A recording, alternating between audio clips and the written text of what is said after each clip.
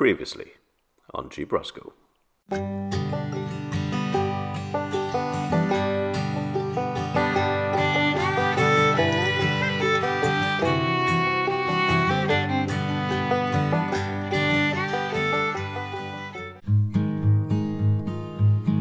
of course with the name Gwalia, which literally means Wales.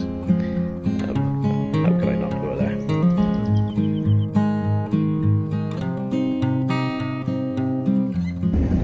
So effectively I would have done the Nullarbor in 2 days.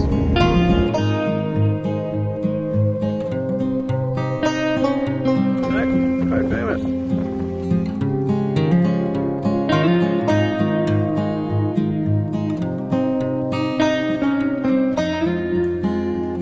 Yeah, they really got some nice beaches.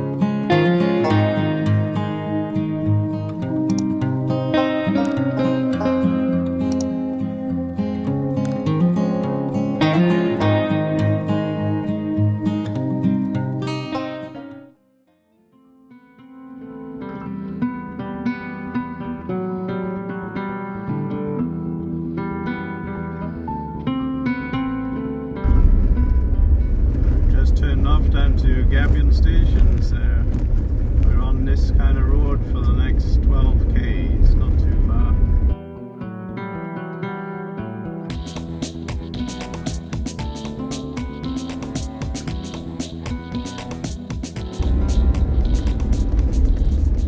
Alright, well according to Google we're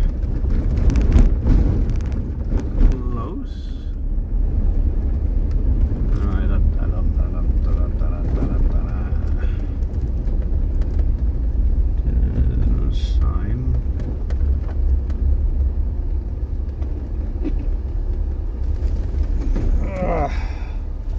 According to Google, we should go down this track. I'm a little bit reluctant because Google has taken me on some adventures.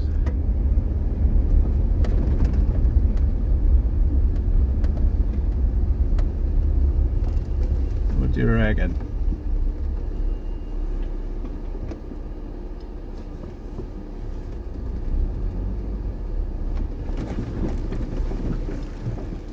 I think I will consult a map.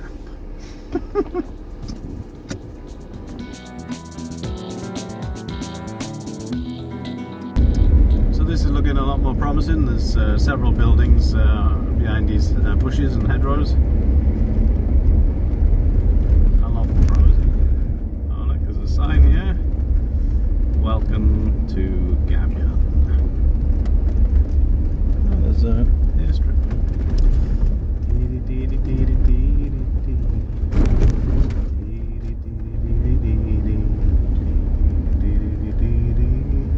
There's a couple of people here, look, in the caravans. I don't know where I need to go. Kitchen. Let's just continue this road.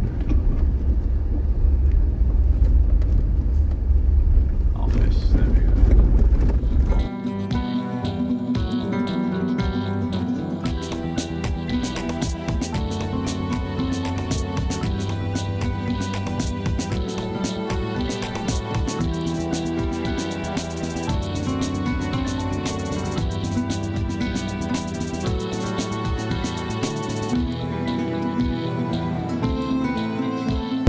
Okay, so we got to Gabyon Station, which is just down the road there. This is the camp. I'm going to stay here tonight. I don't know quite whereabouts yet. This is the camp kitchen here. So just going to have a quick little look. Tomorrow I might go out and camp in the bush. Depends on what the weather's like, to be honest.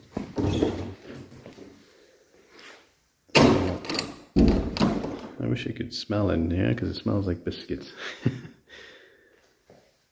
It's quite nice now, big long table. And then plenty of cups and saucers. Nice Welsh dress there. Nice big oven, which isn't on at the moment. Somebody comes and lights it later. Gas cooker.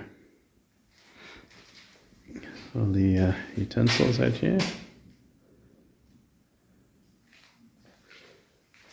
Yeah, one of the better camp kitchens I've seen, to be honest. It's nice and warm in here. That's probably because when the fire's in, it kind of goes on until it runs out, I guess.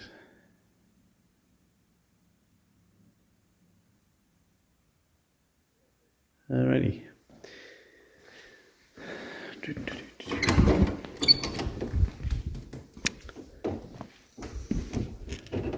I think that might be the outhouse over there, so I'm going to go have a look.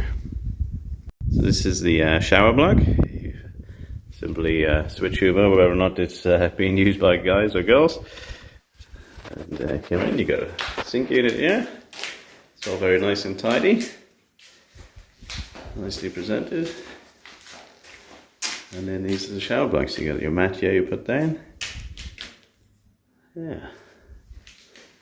Better than some campsites that we know. Yeah.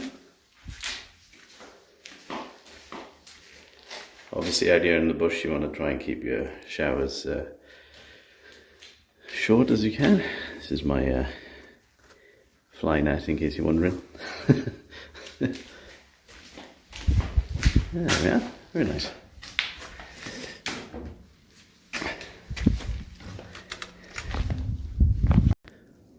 So this is one of the little shearers accommodations that you can stay at. This one's got one single and one double bed. Now it's remarkably cool in here, probably due in part to the thick walls and the tin roof. But yeah, you can experience how the shearers used to stay when they stayed here.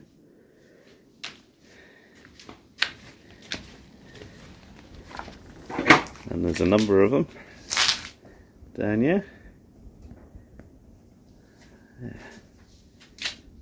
Just another kind of option for you if you wanted to stay here but weren't keen on camping. Also bunk bed options as well. If you've got like a small family. Would have it, they got a dartboard made in Wales on the wall. Option of staying in the shearers' quarters. So yeah, little fire pits outside.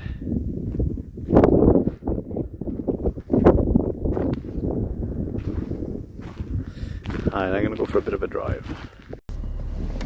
So yeah, as predicted, out in the bush there's a lot of flies around, but not too bad today, given that it's nice and cool weather. So it's raining on and off, and it's too late to kind of do any of the activities for today. They've got a happy hour in the station house between 6 and 7, so I'm going to go down to that and introduce myself and have a couple of drinks with the a couple of drinks to the locals. So we got it's only 1:30 now, so rather than just sit around all day in the rain wondering what to do, we're gonna go for a wee explore. I've got a map of the, I think she said it was 600,000 acre homestead. So I'm just going to go for a bit of a drive to a couple of places. She said it'd be nice for photographs, etc. So looking at us now, we are, this is where we are now at the station house. This is the main road down here where we pulled off. This little track around the back is where Google tried to take us, which would have been in the back paddock with no way to get into the house, she said. So we just followed the main road up when we come to it. So we're going to go up here towards Count Springs here, and yeah, just do a bit of an explore. We won't go too far. She said up here is really nice as well, but I'm not sure distance wise what we're talking about there. There's no kind of No kilometers. There's a key down the bottom. That line, the entirety of that line is 20 kilometers. So you're probably looking at about 40 kilometers up to there. Anyway, we're just going to go for a bit of a drive and yeah, take some photos and stop a little bit. We've also got channel number 20 on the CB radio, so I'm just going to change that over now. CB is down here, so just need to turn it on first. Oh yeah, so at the moment that's the volume, so I'm just going to turn the volume up to about 18. Push it in once, we're on channel 40. I'm going to go down to channel 20. There we go. Now, if there's any issues, I can radio them, or if there's any issues, they can radio me. But in the meantime, let's go and explore. Alright, so this is kind of like the main road around here, like the main back road, I guess. So this is the one we need to come back on to get back to the station. I want to be back around about 4 PM at the latest, just to get myself squared away and get some tucker in me before happy hour. I think if the weather's alright, the forecast is looking good for tomorrow. I think I'll try and go out on a horse ride. Maybe a bit of shooting.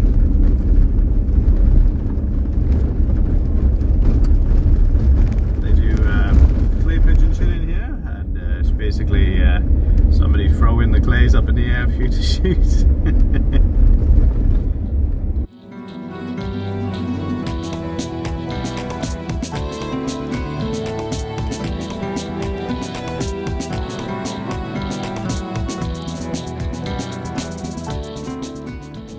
Yeah, should have taken that turn off.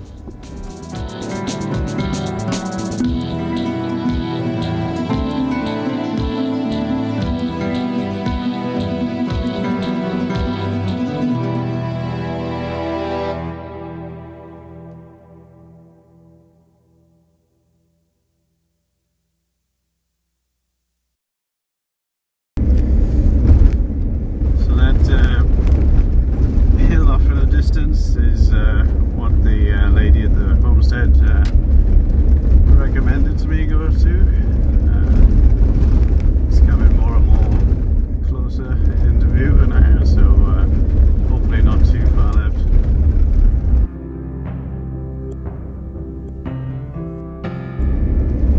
Anyway, that hill that's now off to the right of the view, that's what I'm aiming for. So we're just going a little bit off script here.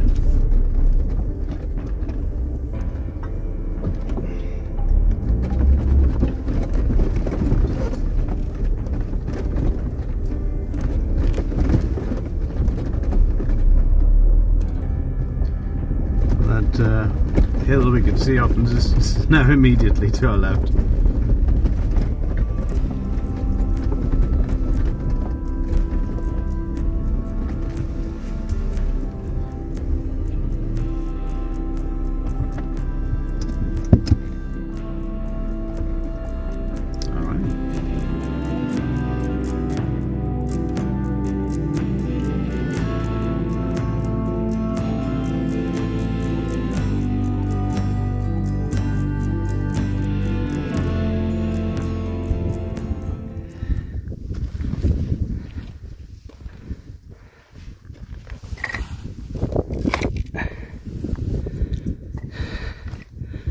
Ooh, look at that.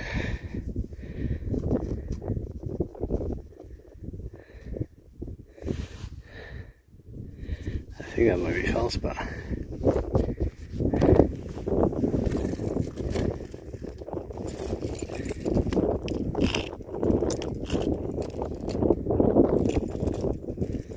Out of the 5.5 on bone scale of hands. Ooh, lovely.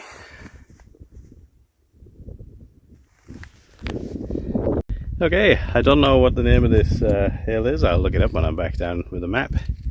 I've just climbed to the top now, put a stone on top of the cairn that's on top, and just having a wee look around, and just flip you around so you can see what I'm looking at.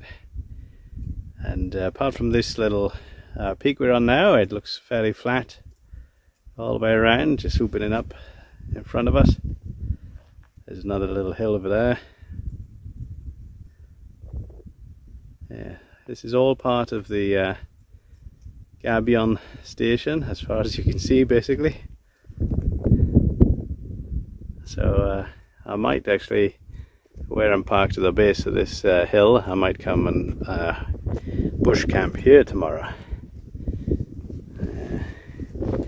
Just added a stone to the top of the cairn. It's kind of well, tradition in some parts. There's some interesting rocks in this cairn. Some are like feldspar, quartz, sandstone, granites. And see these round little things? They're like some kind of rock melon, but not to be mistaken with rock melon you can buy from a supermarket you can eat. These are quite toxic. They grow on the ground. There's one there which is quite decayed. When I come across a fresh batch I'll show you, but at the bottom I was a little bit confused because it looked like somebody had just emptied a bag of apples out on the ground and let them decay, like here. But that's just the melons. They kind of grow out like a root system above the ground, sprout these little fruit, and then obviously they decay off if they haven't been eaten, which they haven't been here. There's some really gnarly old trees up here. They look pretty dead to me, but I have no idea. There's a bit of body of water over there. There's a peak there, and way off in the distance you may be able to see like a range on the horizon.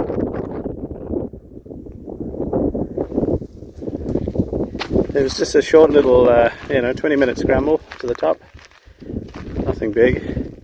You'll see that tree is still alive, clearly, but it looks just as dead as that one.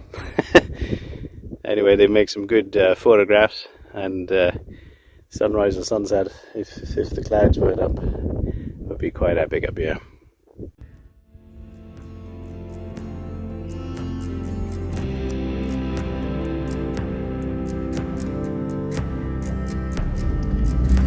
Well, that was a nice little adventure, that. First little explore of Gabyon Station. Bit of wildlife around, some kangaroos.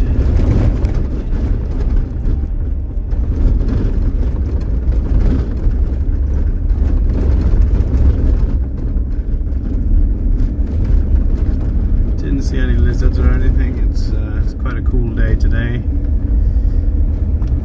Dash tell me it's 19 degrees outside, which is very cool for Australia.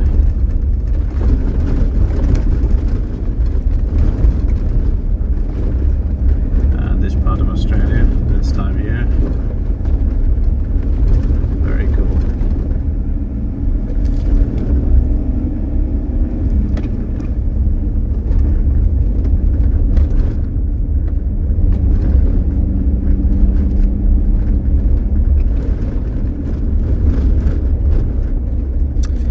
So we're just heading back to the station now. I'll find a good spot to set up the rooftop tent, have a bit of scran, and then go and join them for happy hour. There's, I think the lady said there were 2 stock hands at the minute, plus the family members, plus there's roughly 4 caravans in the car, in the campsite. So, not to mention if somebody is bush camping and wants to come in for the happy hour or not. So we we could have a decent little crowd there. It is Easter weekend, by the way, so Easter Sunday. On the way up, it was quite a mission to find a petrol station that was open. One thing you need to bear in mind in Australia is, you know, you got pockets which are quite liberal and quite progressive, like Sydney and Melbourne. But you come outside of that, and by and large, Australia is quite conservative and quite religious still, you know. Like Easter holidays, everything will be closed, everybody will be going to church and stuff, so yeah, it's a weird dichotomy in Australia like that, to be honest.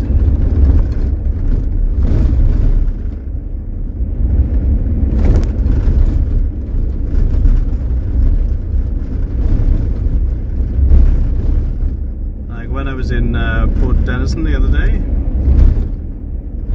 pub I was in, I said to the barman, I said, oh, I see you getting ready for the busy weekend, and he said, yeah, a little bit, he said, but tomorrow's Good Friday and we're closed, so we've kind of got a day to kind of prepare for the madness. I said, so the only pub in the village is going to be closed on Good Friday. On Good Friday, yeah. Which, you know, is par for course, is run of the norm in here in Australia, both for religious reasons and for workers' rights, which, you know, I totally get. The hospitality workers deserve time off as well. Hell knows, I've worked in hospitality long enough. But you know, it's hard to imagine the same things happening in the UK, for example, in my local village, if they decided to close the main pub on Good Friday. There would be bloody riots.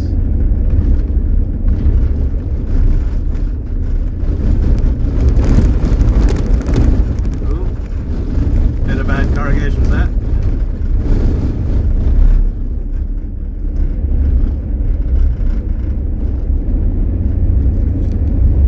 So I let the tyres down earlier. They were on like 38 or something, so I left them down to 32. Not too low, but the recommended PSI for the tyres I got on is actually 35, so they shouldn't have been that high anyway. But didn't harm too much on tarmac. But as soon as you come off unsealed roads or you know, worse, you really need to start letting your tyres down a wee bit. Like, let's give you an example. When I was on the beach down in Forest Beach, that was a very soft sandy beach, so we went down to 15 psi there. Whereas when we were down in Esperance, very hard quartz sand down there, the white sand, compacted very hard as well. You don't have to let your tyres down at all to drive on,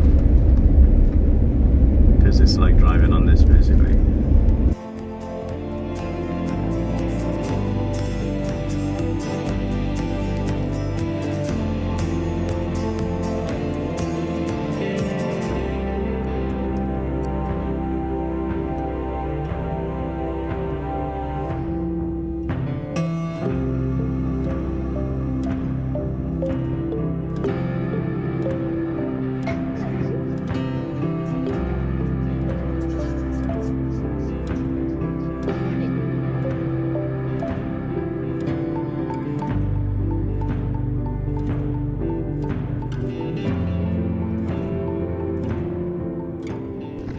So this morning we're off for a horse ride around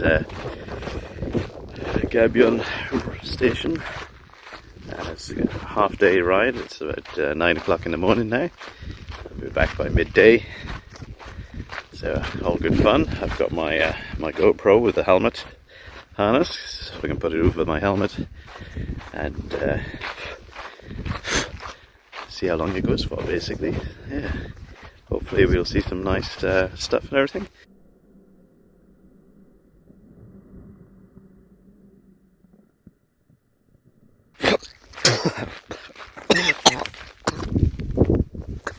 To swallow the fly.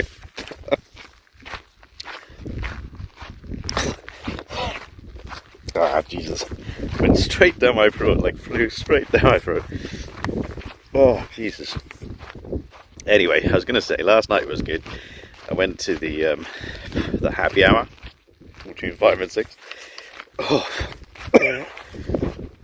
And most of the campers here did as well, so we all introduced ourselves to each other, and we had a few drinks, and then afterwards, back at the campsite, we all collected around one of the campfires and exchanged stories, and they gave me a few tips on places to see, the coast and everything, so yeah, all good. I might go bush camping tonight. I'm going to stay one more night, or I might just use the day, the afternoon basically, to do a bit of admin, and then go for explore and bush camp tomorrow. We'll see how the ride goes first, but as you can see, beautiful day today. So I've got the solar panels charging the 500p up. The fridge freezer is still pretty cool, so no harm, no foul as of yet. Right, flies out in force today.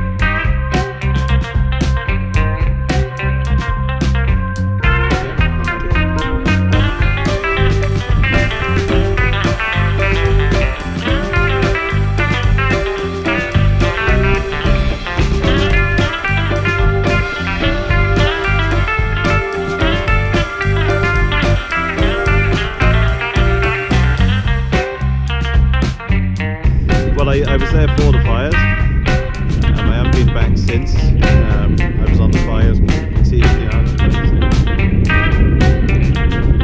Yeah, my first fire. Yeah, so we just back from the ride, which was very good. A nice leisurely ride around the station.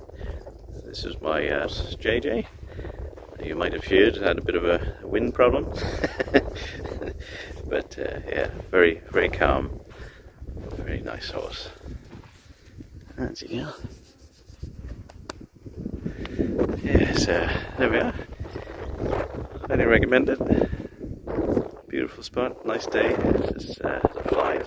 I mean, I can barely handle the flies. Horses. Anyway, let's go and see how the battery's doing. So just back at the Delilah now. Just had a little spot of lunch after my horse ride. Everything's charging up nicely now. The fridge is very cool and the freezer's like -7, so it's all good. I've got it on max and trying to deep freeze it for well, not deep freeze, that's the wrong word. I'm trying to max it at the moment because the sun is at its strongest, get it nice and cool, and then come the night time, what I do is I reduce the target temperature down a little bit. So the fridge doesn't work as much and doesn't draw as much because it's cooler in the night, so you don't need it. So that's a good practice that I'm gonna try and continue. I tried it a couple of times and it's really working quite well. So like for example, I got the target temperature of the freezer now at -8. Put it on max, so it's drawing the maximum amount from the 500p as it's charging, to get it to -8, and then it'll cool everything to -8, and that'll become the ambient temperature in the freezer. Then as the sun starts to go down tonight and it's drawing more power than what's going into the 500p, then what I do is I reduce the target temperature of the freezer section down to -6. So then all of a sudden it says, oh,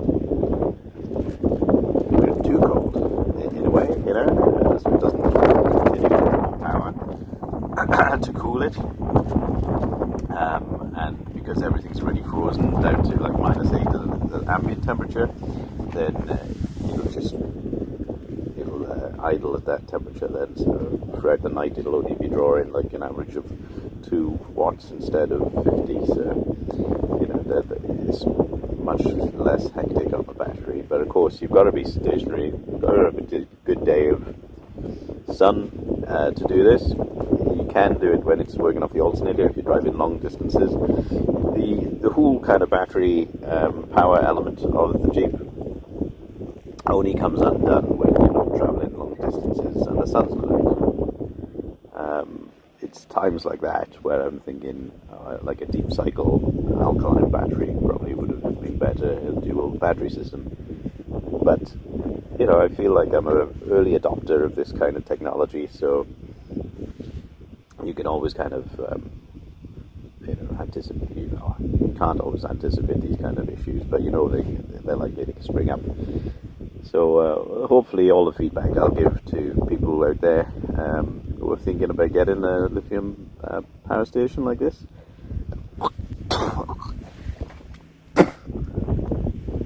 Swallowed another fly.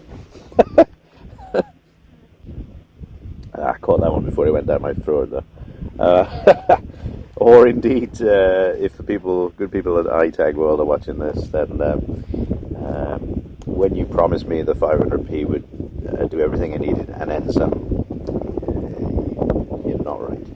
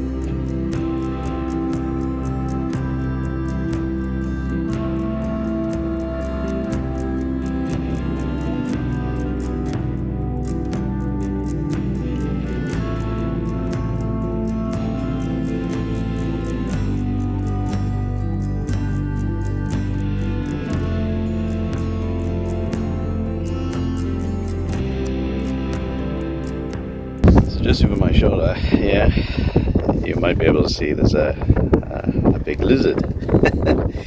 He's probably about 2.5 meters in length. He's just been scratching around the campsite, looking in the fire pits and stuff like that. He came very close. I climbed up the ladder, and he walked straight past the ladder. So it'd be nice and cool and calm. And he was heading for somebody else's caravan, so I tried to usher him away from that, and then he comes straight to me. So yeah,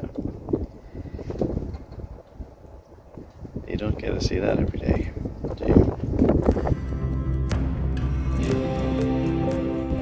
I've had to resort to the fly net just for a little while to give myself a bit of respite from these flies, because they just do not give up, seriously.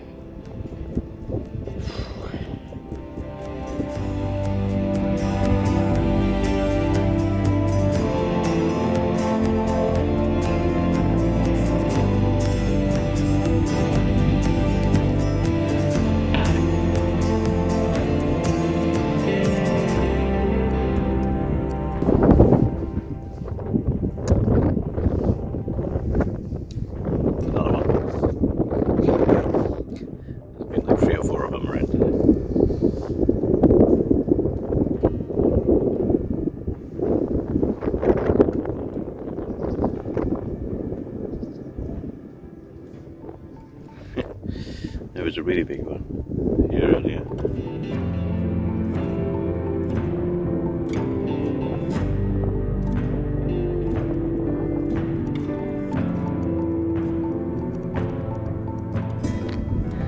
So just with Scott here, we're about to light the donkey.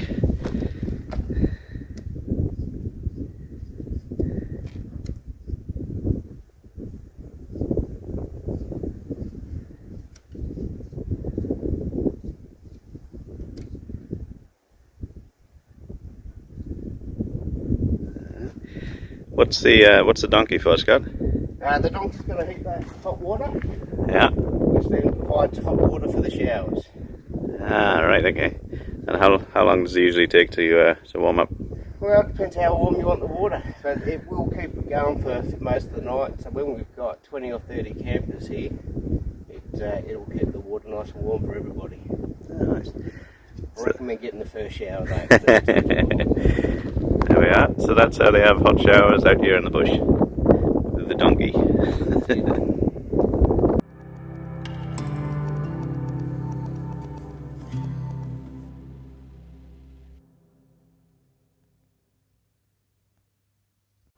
Next week on Jeep Roscoe. So we're heading down here trying to find a spring. There's a water tank next to it, obviously. So I made it to what I think is Chinaman Rock anyway.